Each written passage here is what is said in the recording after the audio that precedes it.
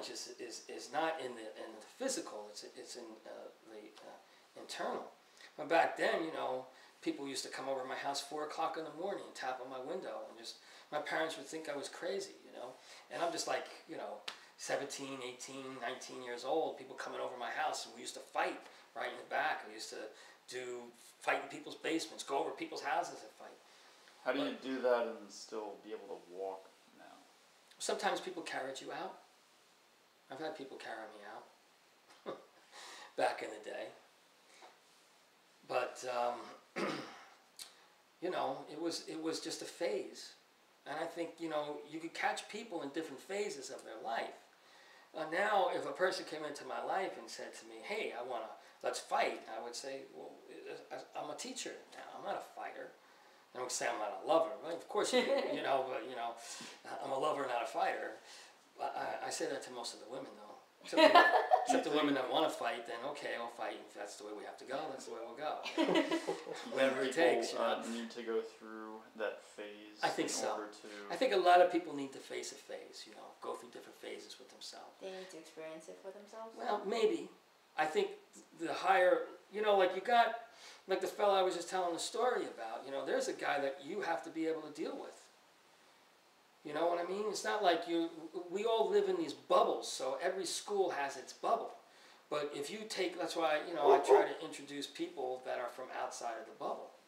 So you take people from outside the bubble and you put them in. You know, like one school fights this way, but then you mix those two schools together and you have a bloodbath. You know, you have a disaster of all these things happening. You know, like one person practiced this art, and another person practiced this art, and they get together and they're both killing each other. Well, imagine somebody on the street that really fights. You know, that really is out there fighting. You know, fights on the street, or really has fought and has been in real violence, not one that's contrived. You know, not two people challenging each other, but all of a sudden it's real. That person wants to murder you. That's what I like to teach. So it's not about challenging in that way. Now, if a person wants to challenge to grow, to teach them, then that's different. If you want to learn, then that's different. But if you want to challenge just to say, to feel good about yourself, or that's just not what the art's really about. But do you think you can ever really prepare someone for having somebody trying Yes. to kill them? I think you can prepare them. I think Like mentally? mentally, I think what happens when a situation like that happens, and if you have training, your training will kick in instinctively. And I've been through that with so many people that have not been aggressive or that have been in violent situations. Many people that I've taught throughout my lifetime have found themselves, because I've taught so many people, in violent situations, and people that really weren't great fighters, you know what I mean, that really didn't have a lot of knowledge about fighting, but they got out of the situation. Excuse me? Sorry, how many years have you been teaching? From the time I wanted to teach and the time that I accepted teaching? I guess now about 38 years. Yeah. How old are you? You're only as old as the world says that you are. Age is just a number, I think, until your body starts saying it's more than a number.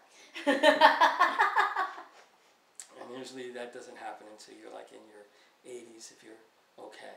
And at that time, I was assuming that your consciousness or your personality and everything starts to change a little bit more. So Old you were age to me. saying about those guys, before I cut you off again. What guys? You were talking about the students.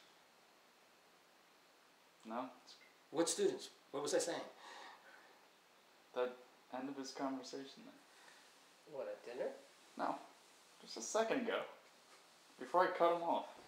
It's your fault for cutting him off. Yeah, Now you he cut me wants off, to man. say Alright, well, continue anyway. Never mind.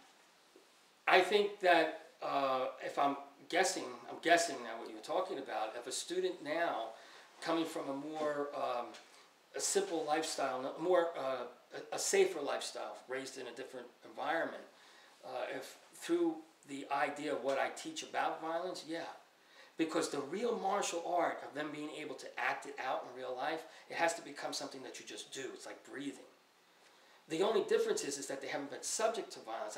And when you have two people, you have a person that comes from a violent stand view, they know how to aggressively move, but it's still just cuts and bruises. And a person that comes from a more non-aggressive view, put the moves together, but still can't have the power that they need to really pull it off. And I think in time that combines. You know, that's where the mind has to melt through the body. But anybody instinctively comes back to creation. And that creation is the positive or negative aggressive violence that's in us all. And when your life is being threatened and somebody's coming at you with a knife, believe me, you're going to fight.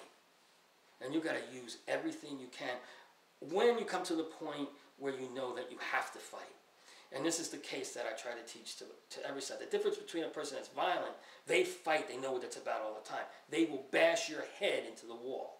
A person that's more people are not that way. They're not going to take your head and bash it into the wall. They're the ones that get their heads bashed into the wall. But when, say, somebody breaks into your home and is coming at you, and you realize you have to fight, when you really accept that, when you're able to switch from your everyday normal lifestyle and switch into a warrior that has to defend the family and himself, that instinct will come out of you. But you have to bring that instinct out when it needs to be brought out. So I always teach, if somebody is going to violently attack you, and you feel that this is going to go down, or maybe it's not going to go down, but if you decide at that point to take action, you have to be 100% committed to the action that you take. You can't have doubts. You can't say, well, I'm just going to do this or this and that. When you decide to take action, all that aggressive energy, whatever it may be, along with the abilities of your training, should come out. So it's when you decide to take that action. Now, if somebody walks into the house and bursts through the store and comes at you with a machete, you're going to be able to take action a lot easier than if somebody was standing there talking to you and holding a knife.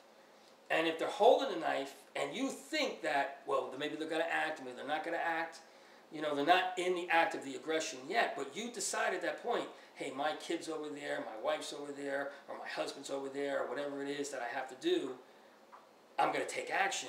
You have to be 100% committed to that action that you take.